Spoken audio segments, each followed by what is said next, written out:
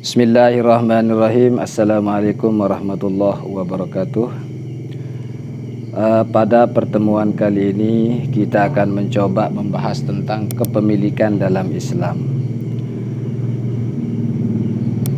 Kepemilikan dalam Islam itu memiliki dua makna. Yang pertama secara etimologi, yang kedua secara istilah.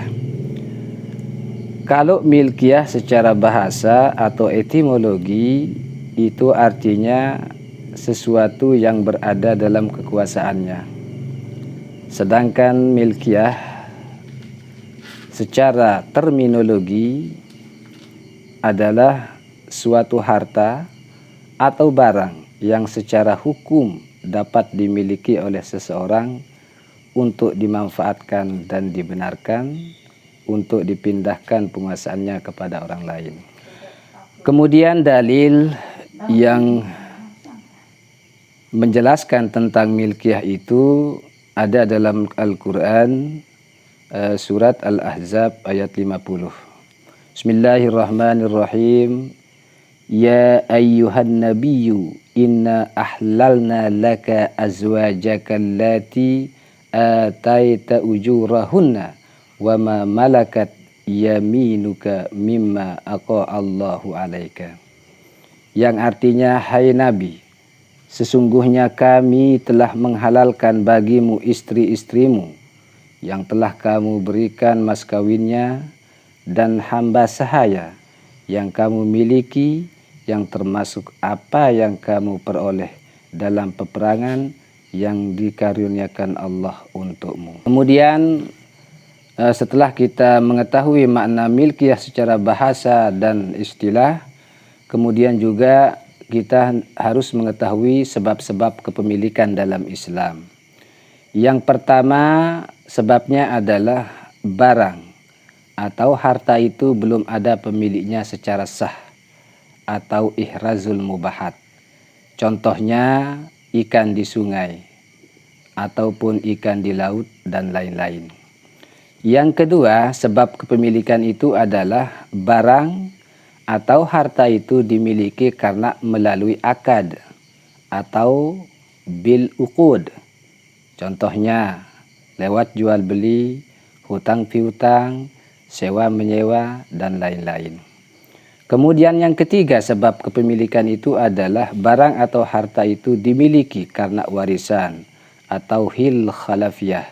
Contohnya mendapat bagian harta pusaka dari orang tua. Yang terakhir sebab-sebab kepemilikan itu adalah harta atau barang yang didapat dari perkembangbiakan atau minal mamluk. Contohnya telur dari ayam yang dimiliki. Kemudian selanjutnya setelah kita mengetahui sebab-sebab kepemilikan, selanjutnya kita akan membahas macam-macam kepemilikan. Jadi kepemilikan terhadap suatu harta itu ada 3 macam.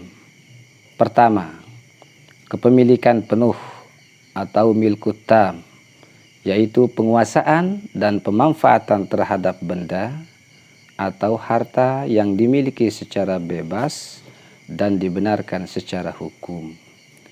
Yang kedua, macam-macam kepemilikan itu adalah kepemilikan materi. Artinya kepemilikan seseorang terhadap benda atau barang terbatas kepada penguasaan materinya saja. Kemudian yang terakhir adalah kepemilikan manfaat. Artinya kepemilikan seseorang terhadap benda atau barang terbatas kepada pemanfaatannya saja. Tidak dibenarkan secara hukum untuk menguasai harta itu. Kemudian selanjutnya hikmah kepada kepemilikan.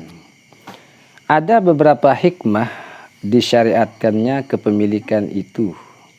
Pertama, terciptanya rasa aman dan tentram dalam kehidupan bermasyarakat. Yang kedua, terlindungnya hak-hak individu secara baik. Yang ketiga, menumbuhkan sikap kepedulian terhadap fasilitas-fasilitas umum. Yang terakhir, adalah timbulnya rasa kepedulian sosial yang semakin tinggi. Nah, jadi demikianlah sekelumit tentang pembahasan milkiyah. Ya. Assalamualaikum warahmatullahi wabarakatuh.